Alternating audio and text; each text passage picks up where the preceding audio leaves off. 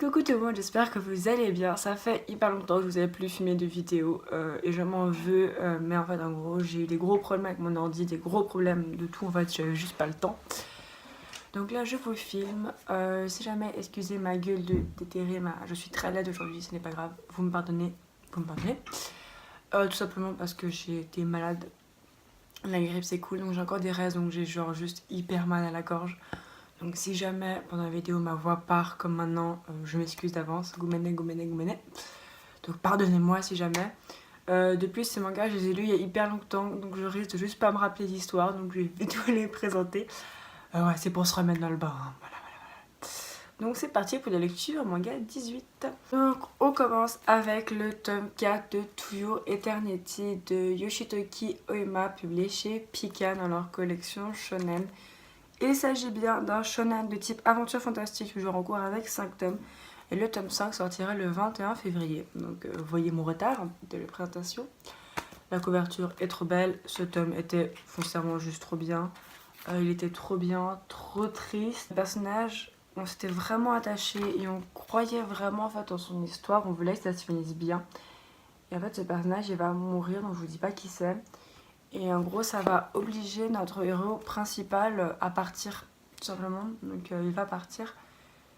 Et en fait, il va se rendre compte qu'il peut pas rester. Il peut pas avoir des liens avec les humains parce que lui, il a qu'un seul but. C'est de vaincre en fait les méchants. Lui, il doit juste vaincre les méchants. Donc c'est une espèce de... Je sais pas encore trop ce que c'est, mais en tout cas, c'est des choses qui prennent sa forme et qui évoluent. En fait, ils peuvent pas se faire tuer deux fois de la même manière. Donc ça, c'est super intéressant. Je suis vraiment désolée pour ma tête. Hein. Je suis vraiment pas très... Je donne pas du rêve aujourd'hui. Mais au moins, je ne mange jamais du rêve. Donc voilà, c'est pas grave. Du coup, oui. Du coup, c'est très très bien. J'ai adoré. Maintenant, dans un nouvel art qui a l'air foncièrement super sympa. On continue avec du Kana, avec le tome 9 de Devil's Line de Ryo Hanada. Publié chez Kana, ça paraît logique. Donc la série est toujours en cours avec 10 tomes au Japon. J'ai pas trouvé de date pour le tome 10. Après, j'ai attendu un petit moment, donc peut-être qu'il y a une date qui est popée nulle part.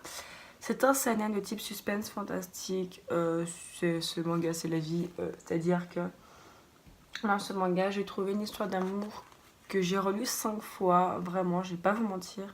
J'ai relu cette histoire d'amour juste 5 fois, tellement je l'ai trouvée mignonne.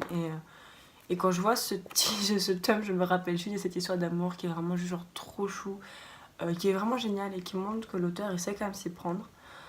C'est une histoire complètement secondaire mais que j'ai vraiment adoré et qui m'a pas paru genre longue à regarder. C'est genre, c'est un peu embêtant parce que je m'en fous de cette histoire. Non, c'était vraiment trop bien. L'histoire évolue de ouf dans ce tome. Ouais, voilà, c'est trop bien. Achetez-le.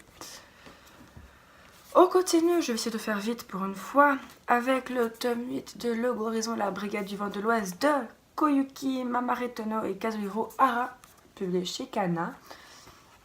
Donc la page couleur est assez ouf. Cette série sera finie en 10 tomes. Et il s'agit d'un shonen de type aventure fantastique, boob plus. C'était un très bon tome. J'ai trouvé qu'on entrait vraiment dans gros histoire et en fait ouais on entre vraiment dans l'arc de fin, donc c'est bien que ça continue, peut-être pas trop, je pense que ce sera une fin ouverte, parce que ça risque d'être compliqué vu que c'est qu'un spin-off, en fait ils peuvent pas finir comme ça, mais c'est vraiment super bien. On sent qu'en fait il y a des débuts d'alliances qui se font et que c'est vraiment très intéressant de voir la relation, pardon, sur la gorge, la relation qu'ont les gens avec, enfin les joueurs avec les PNJ tout simplement. Qu'est-ce que les PNJ pensent vraiment, c'est vraiment super chou. Après ça reste un peu tranche de vie, donc moi je rajouterais quand même tranche de vie parce qu'il y a quand même des moments, voilà, ils sont tranquilles dans un petit village, mais on sent que tous ces petits trucs qui n'avaient pas d'importance vont en avoir une à la fin. Franchement, ça se bonifie vraiment et j'ai hâte de continuer. C'est fini en 2 tomes, donc dans 2 tomes, j'aurai fini cette petite série. On passe maintenant au tome 9 de Golden Kamuy de Satoru Noda. Ça fait tellement longtemps que j'ai plus pris de manga de mes mains, ça me manque, tu sais. parce que j'ai fait une petite pause et ça me manque de plus avoir des mangas dans mes mains, j'adore. Donc c'est publié chez Kiyun, pardon. Il s'agit d'un seinen, j'ai mal partout, c'est horrible. De type aventure historique, toujours en cours avec 12 tomes au Japon. La page couleur est ouf. Alors là, je vais vous avouer, je ne me rappelle plus ce qui se passe. Donc je vais faire un petit feuilletage. Ah oui, en fait, on continue les histoires des...